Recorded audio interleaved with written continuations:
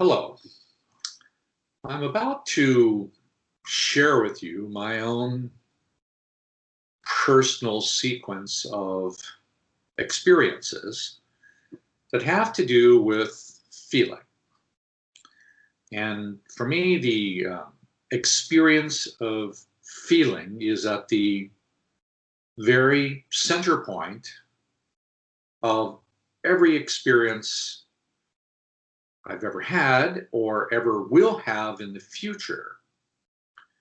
So, whatever we are defining a feeling as obviously becomes very important.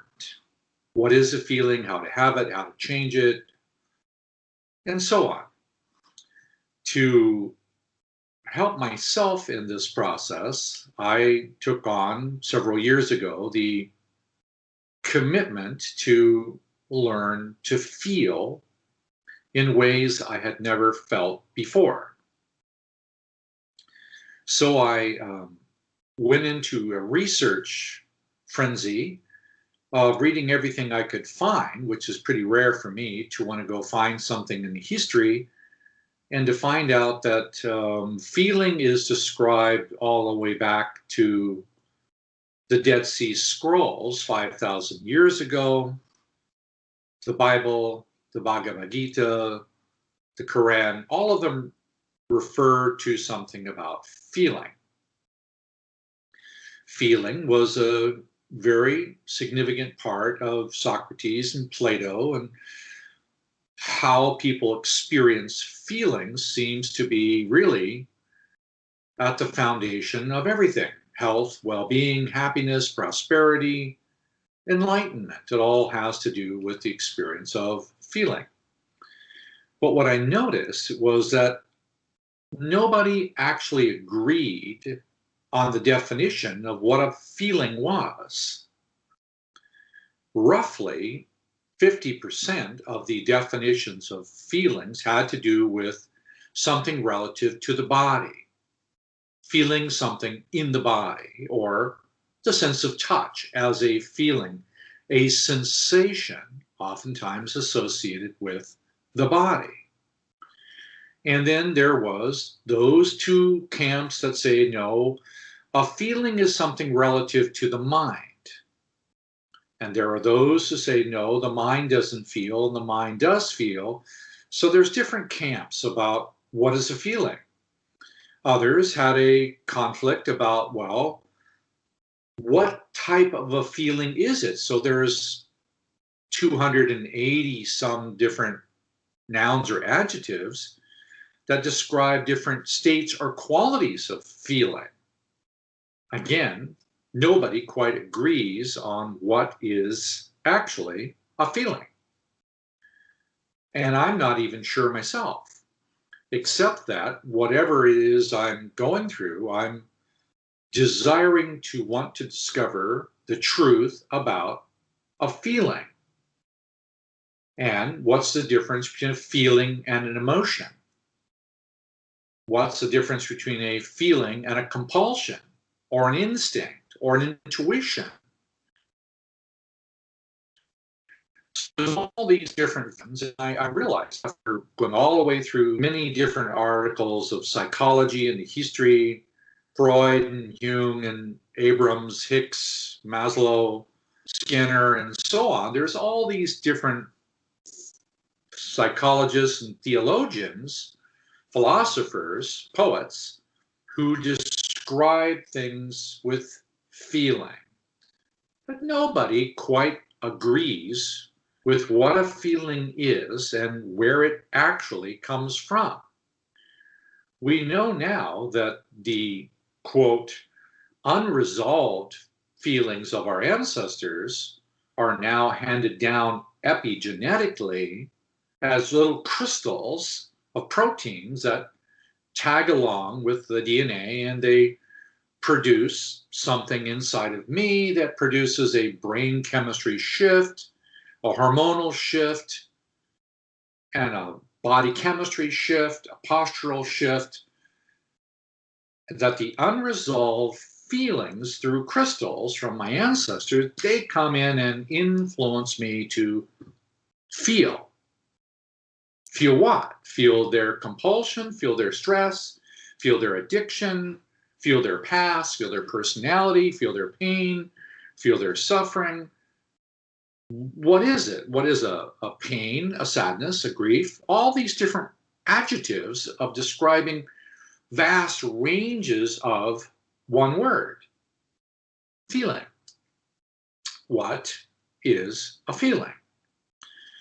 So I have committed myself again, and I spent about the last 2 months, hour to hour, in my own way, focused on a drop of water. I use this picture and several others. Why? Because for me, the symbol of water bridges different dimensions. It has a physicality in the physical experience of ice and the liquid, but it has something else because it's also a gas. It's one of the few substances in its natural state that can be in all three states at the same time. It can be water, it can be ice, it can be in the air, moisture in the air, it can be a gas. So for me, the experience of feeling is very much like water. We're 70% or more, depending on who you talk to, water. We are water. So that's why using the intrinsic experience of imagery, which true is a mind phenomena for me, but trying to use the sincere desire to feel more, which also can be an element in faith or prayer or whatever you wish to see it as a meditation, as an aspiration, as an inspiration to aspire to feel. So I have spent quite a few hours, months, even decades, looking for this experience of what does it mean to have feeling.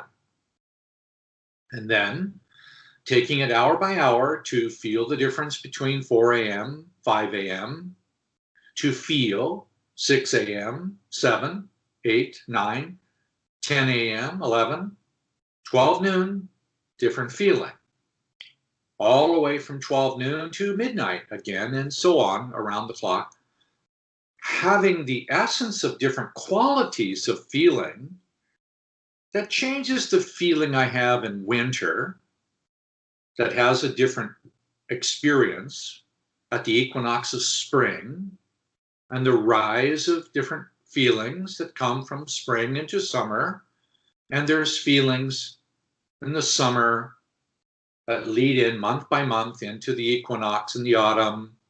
There's another feeling and another feeling, a different feeling at 6, 25, 45, 65, different feelings.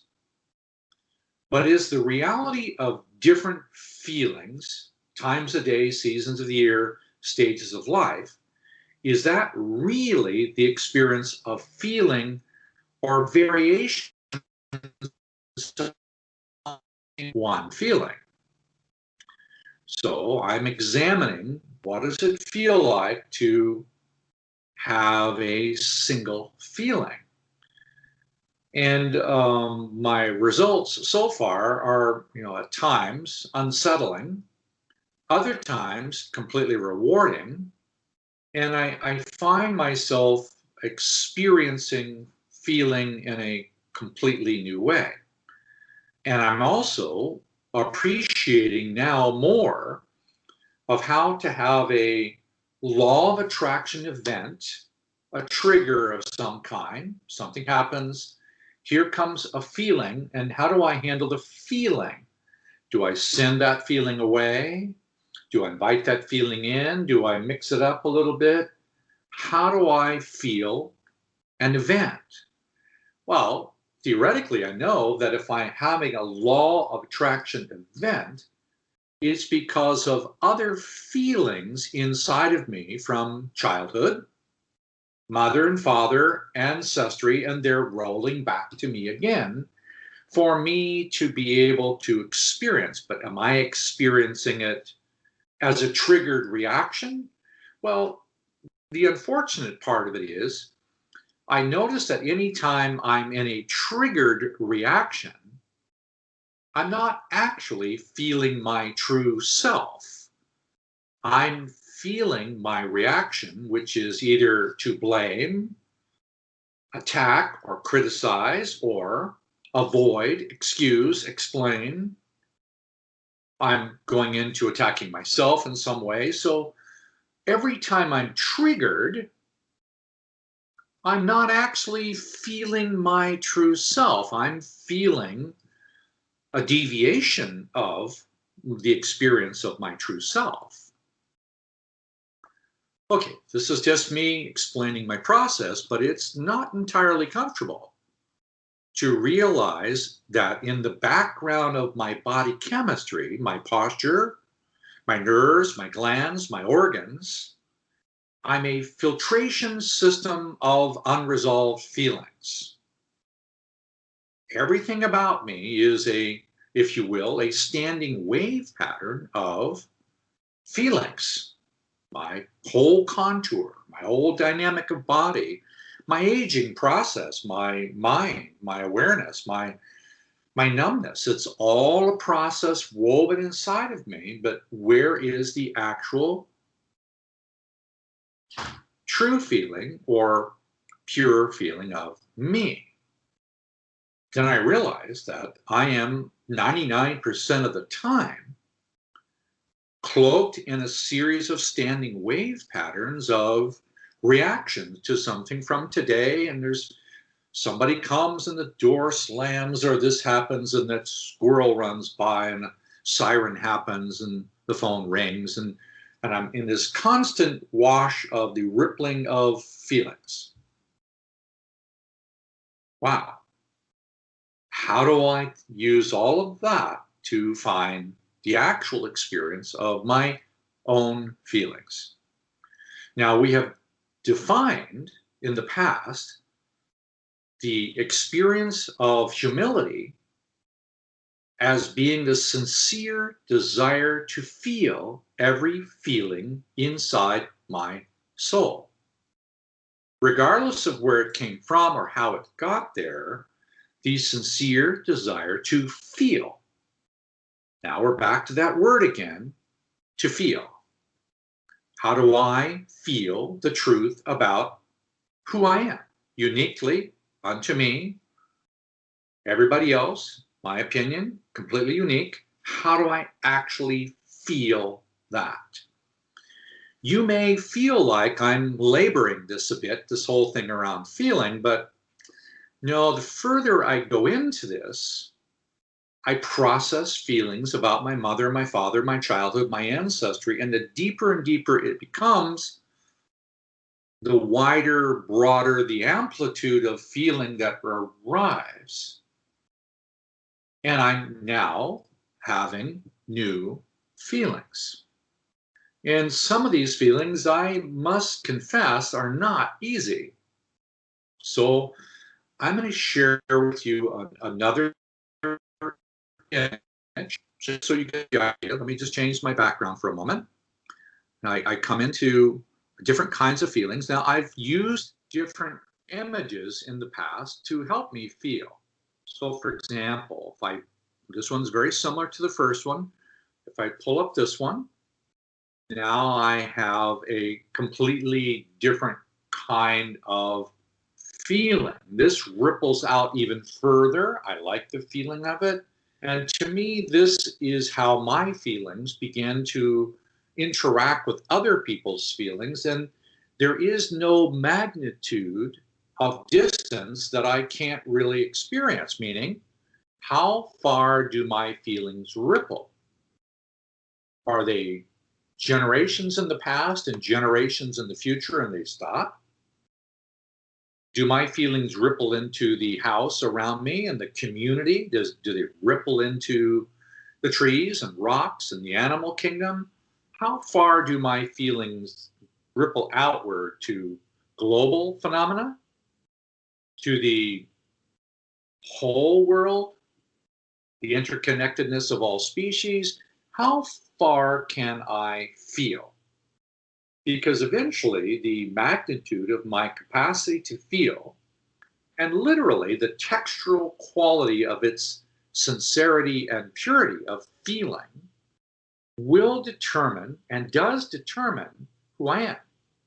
If you will, my degree of consciousness, my degree of love has to do with how I exist in a field of feeling. Do I shut it down? Do I react to it?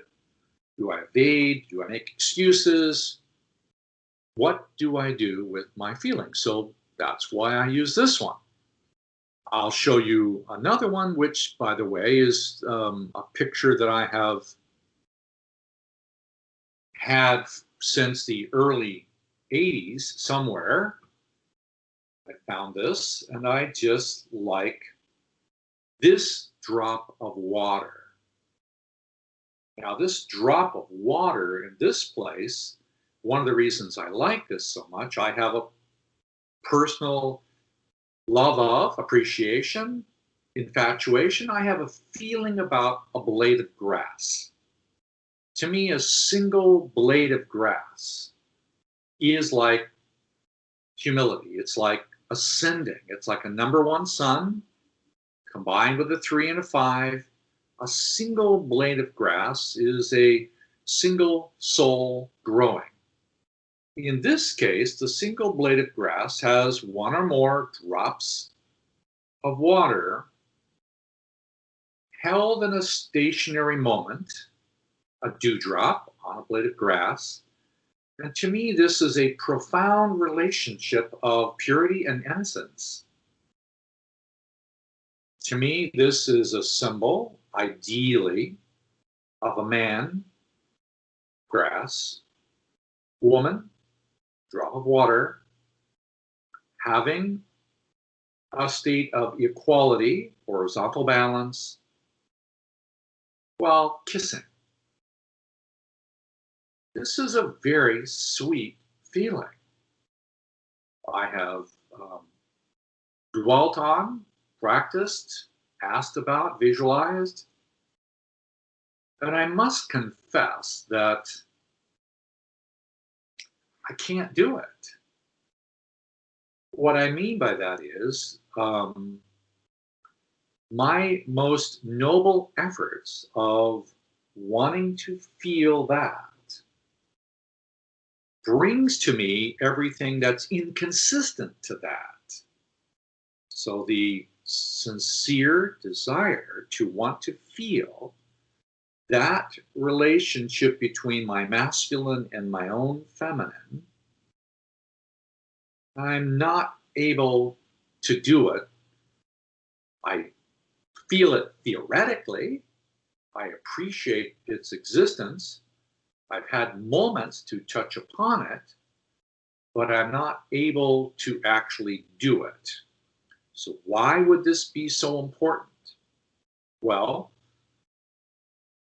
the one thing that we'll be doing for a very, very long time is feeling and expanding our capacity to feel through the expanded feeling, expanded awareness, and the capacity to understand, discover, wisdom, the ability to be able to receive love and give love, compassion, beauty, art, individuality, yes, complete and total freedom comes with this feeling. Purity, innocence, no, I've not really been able to do them. I am aspiring to them, seeking to experience them, but no, I'm not there. I will still move forward as I am. And what I've noticed is in the past, my efforts to go there are met frequently with law of attraction events so that I could protocol that and experience that feeling. What do I mean by protocol it? Well, I'm saying that if I have a particular feeling I'll show you something like this. This is like a series of law of attraction events. What do I mean by law of attraction? Law of attraction is a cause-effect experience relative to something I have set in motion, a choice I've made that has a repercussion. So here I am, I'm faced with a series of choices called law of attraction events, which has to do with a cascade of feelings that comes to me, which is my responsibility to feel in a higher way. Now, in order to have a higher way, we at least have to understand the lower way. And if I'm pushing this one back with cynicism and attacks, sarcasm, or evasiveness, or I refuse to be transparent, or refuse to have ethics or morality, then these experiences, they become cycles and circuits that come back to me again. Any effort for me to deny the truth about a feeling leads into a crystallization within me and places a small grain of sand around my heart. Okay, I'll go back to that for a moment. My personal experience is each effort to deny the purity and the essence of why I'm attracting this, any denial I have about a feeling, it produces a small microcrystal, literally, my heart, pericardium function. It has a memory, and it holds that memory relative to the water that it is composed of. And the water inside the pericardium is a cerebral spinal type fluid. So yes, every single feeling I'm dealing with is felt and remembered. So why is feeling so important? It is really at the essence of everything. It flows through me. Now, when I say it flows through me, it looks something like this, meaning that what's flowing through me is an actual circulation system that runs through the bottom of my feet.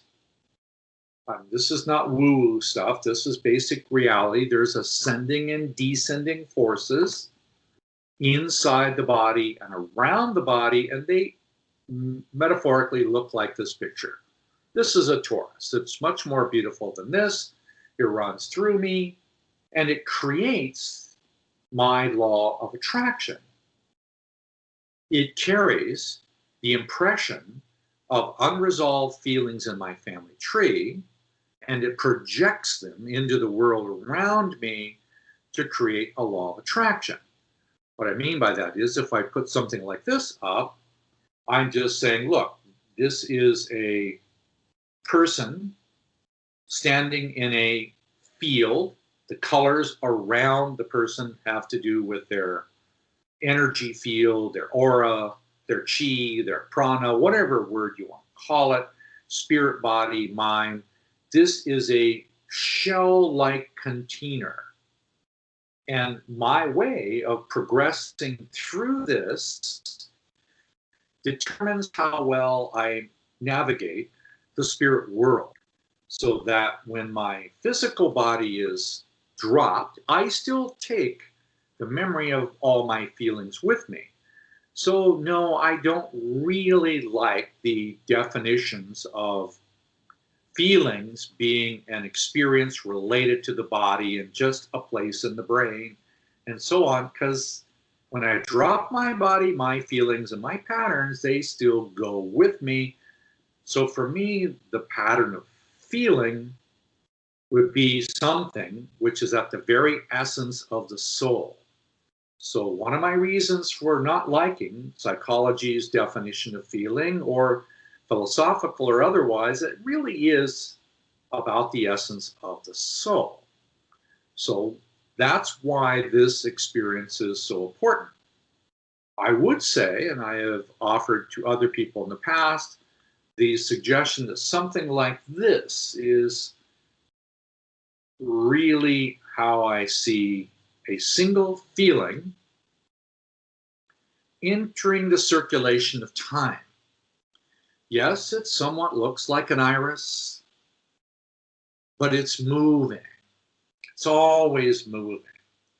So can I drop a single moment of purity or innocence without having the mask of persona, facade, adaptation, whatever you want to call the word?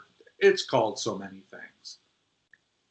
How do I actually have an experience of this pure feeling dropped into the memory and the circulation of time? That's why I'm saying maybe it's easier sometime to appreciate with some degree of purity a sunrise or a sunset. I mean, honestly, I still have a ways to go, so a lot of the time I like nature, the timing of nature, moonlight, sunlight, you name it, sunset, sunrise.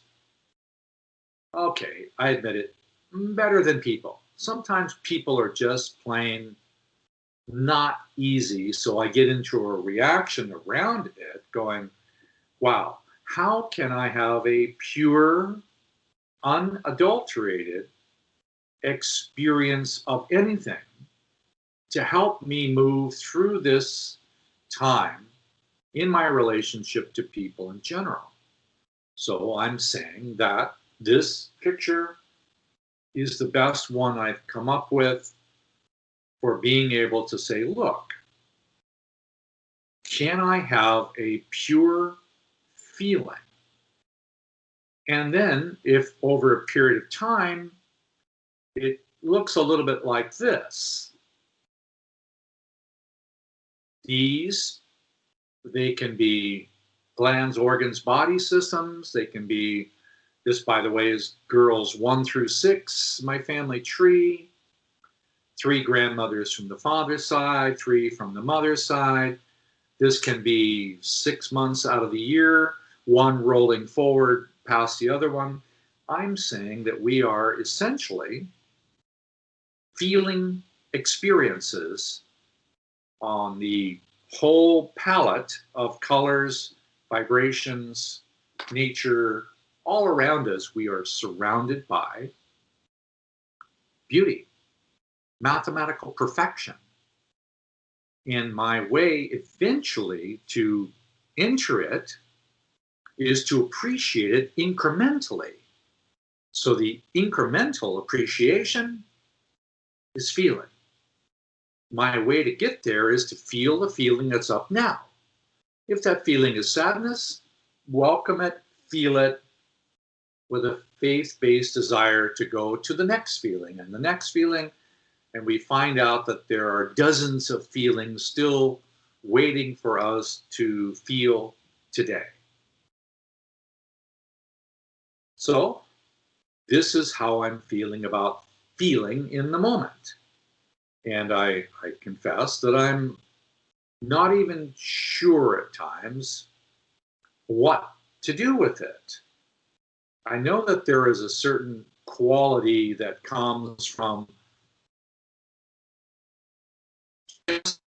letting it be. Yes, I think there's a feeling that says the Beatles were right to let it be, right? And feel, just be in it. Then there's also another feeling that kind of reminds me of what I'd like to feel, and this is to help me remember. It looks a little bit like this. Yeah, I have a long ways to go to be that innocent, that alive. This is someone I call Bam Bam, because Bam Bam is busy all the time with utter innocent, pure joy. Just likes to go around this plastic bat, just pounding on everything and laughing. Wow. Let's see. Let it be or Bam Bam. What's it gonna be? Well, for me right now, I think the aspiration to feel childlike wonder at the discovery of the next quality of feeling. I don't think we'll ever have really the same feeling twice exactly. And theoretically, if we aspire to deeper and deeper, stronger and stronger, cleaner, more innocent, more sincere feelings, this is the nature of why we're practicing what we do with cycles and seasons, protocol, love of nature, eclipse, solstice, and so on. It's all about the same thing.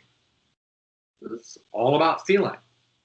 So this is where I am today, and if you catch up with me next week or beyond, it's likely to be a different feeling. So take from this what you can and see if this one last picture will give you a nice feeling. Have a good one. See you soon.